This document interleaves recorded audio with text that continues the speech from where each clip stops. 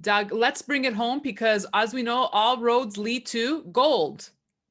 We know you love gold. You love mining stocks. You love all things gold. I know you already have a very comfortable position in it. Would you be adding now at these levels? You know what? With gold at $1,900, I'm relatively uncomfortable buying more because I'm used to, look, I started buying gold at Right. 35, 40, Right. amounts, and I still have it.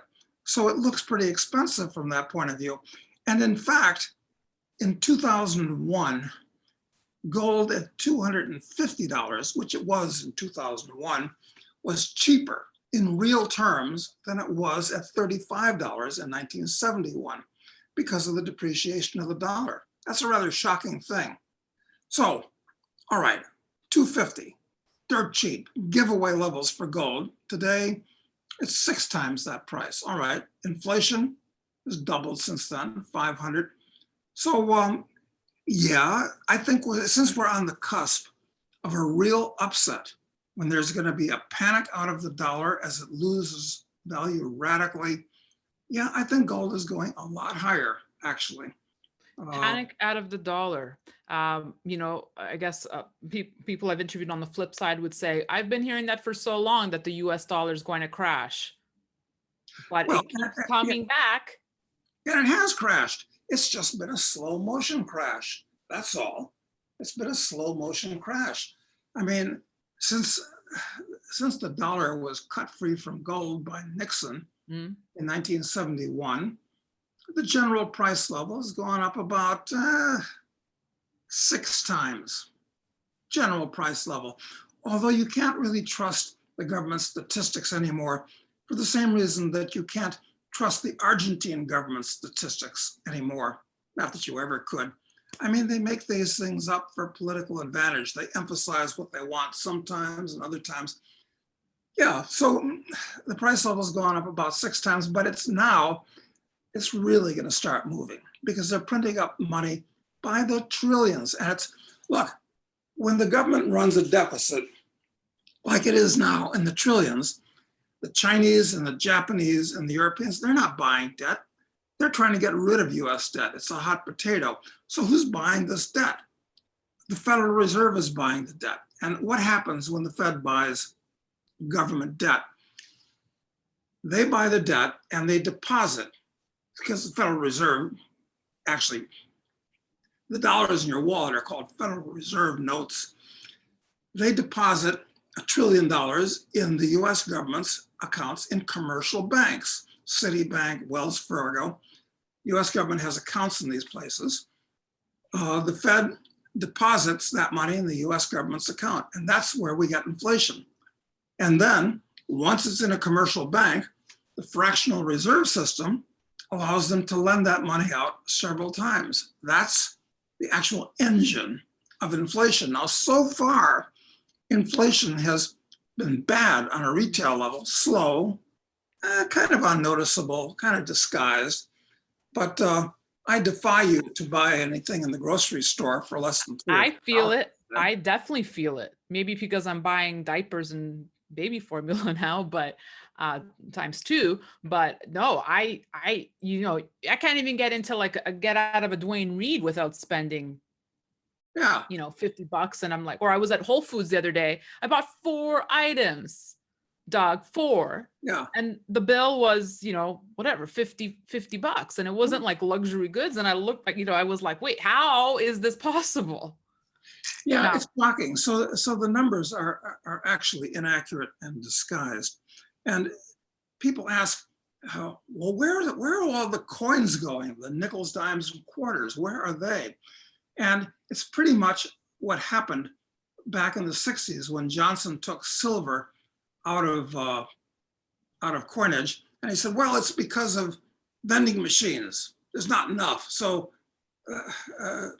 enough to go around. So then they made all the coins out of pot metal, which they are now. But nobody will bend down to pick up a penny or even a nickel or a dime, even a quarter. You can't even buy a video game with a quarter anymore. It takes 2 quarters to buy a video game.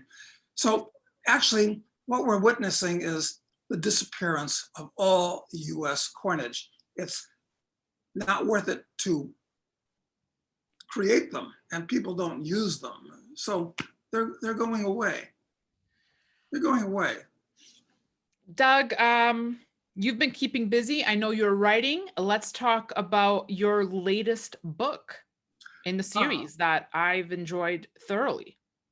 Well, you're really going to like this one. I haven't had a chance to get this in your hands so far. I need it. I happen to have a copy here. The reason is because I've been reading it myself, having written it and edited it. I wanted to actually read it, and I am really pleased.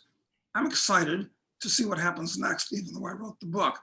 It's called Assassin because our hero, who's had some really bad luck, good luck and bad luck in speculator and drug lord, where in each case, the government stole a fortune from him that he made. They stole it from him, stole it from him. This time they put him in jail for 2 years. And that's an interesting part of this book, what Charles Knight does, locked down doing hard time. And then what he does when he gets out. And this book is an analysis of political assassination as a method of regime change. The first line in the book is very politically incorrect. First line in the book is, some people just need killing. And this book is a moral examination of, is it right to take somebody else's life?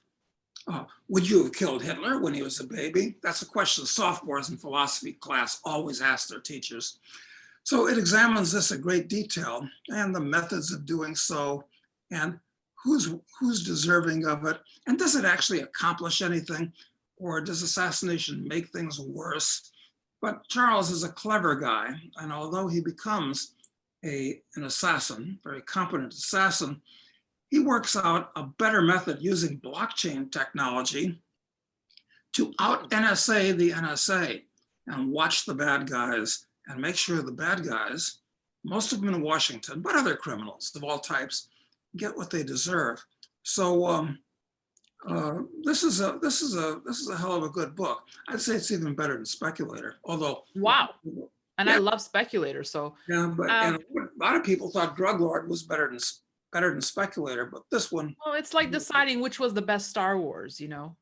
Yeah, all I know about Star Wars that I can say is the one with Jar Jar Binks was the worst one. I'd have to agree with you. Absolutely. Doug, yeah, I think anyone that's lucky enough to have read your work, taking the time to read your work, it makes us, and I say this as a compliment, uncomfortable, because you push us places where maybe we don't want to go, or, wow, you can't say that, or we can't think about it that way. Or, you know, I was reading one of your latest essays on, well, you know, why are drug lords bad, basically.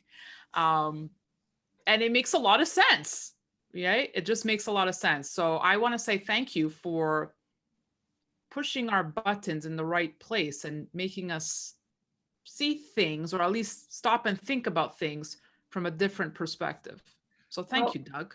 Thank you very much for saying that, Daniela. No, I mean that. I have to say that although the next 10 years, this is not like going to blow over like a lot of things in the past have. This is a really serious turning point where the powers that be are talking, all of them are talking about around the world, not just Biden and his cronies, but all over the world, including that idiot who's the premier of Canada, Trudeau. They're using this phrase, build back better. They like that. And they're using the phrase, we need a reset. Reset, yes. COVID hysteria is part of all that.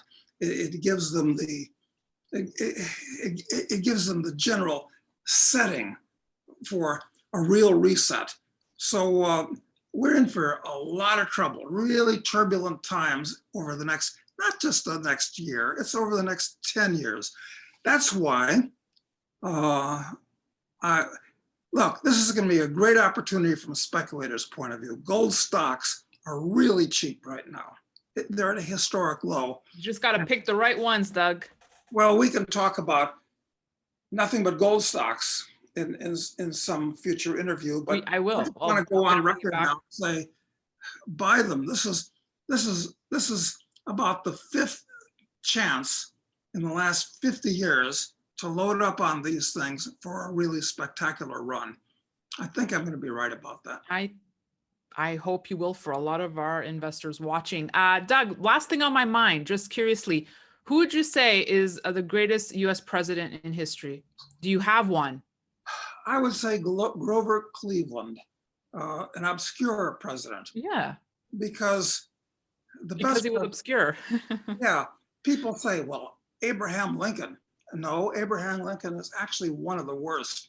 And we could talk for a whole session about why I commit blasphemy by saying Lincoln was a horrible, disastrous president. Other people say, well, Woodrow Wilson, I think he was actually the worst. Franklin Delano Roosevelt, probably the second worst. Lincoln, maybe the third. Lyndon B. Johnson, the next worst. He gave us the Great Society and was most instrumental in destroying Black culture in this country and creating the beginnings of a race war, which we're almost seeing now. But you asked who the best one was. Grover Cleveland. You've got to analyze presidents from the viewpoint of peace. Did they stay out of wars and foreign entanglements? Yes, he did. Prosperity, immensely prosperous during the unregulated late 19th century. Peace and prosperity are the two most important things. So look at Grover. He was actually a libertarian, although libertarians per se didn't exist back then. Also, Calvin Coolidge would be on the list as one of the best. Well, I appreciate your insights. On that note, I want to thank you again. And yes, I will invite you back on and we'll do an in-depth analysis of knowing what to pick when you're looking at gold stocks. So thank you, Doug Casey. Thank you, Daniela. And thank you for watching this installment of Stansberry Research. As always, please follow us on all our social media platforms. Thank you for watching. Have a great evening. I'm Daniela Cambone.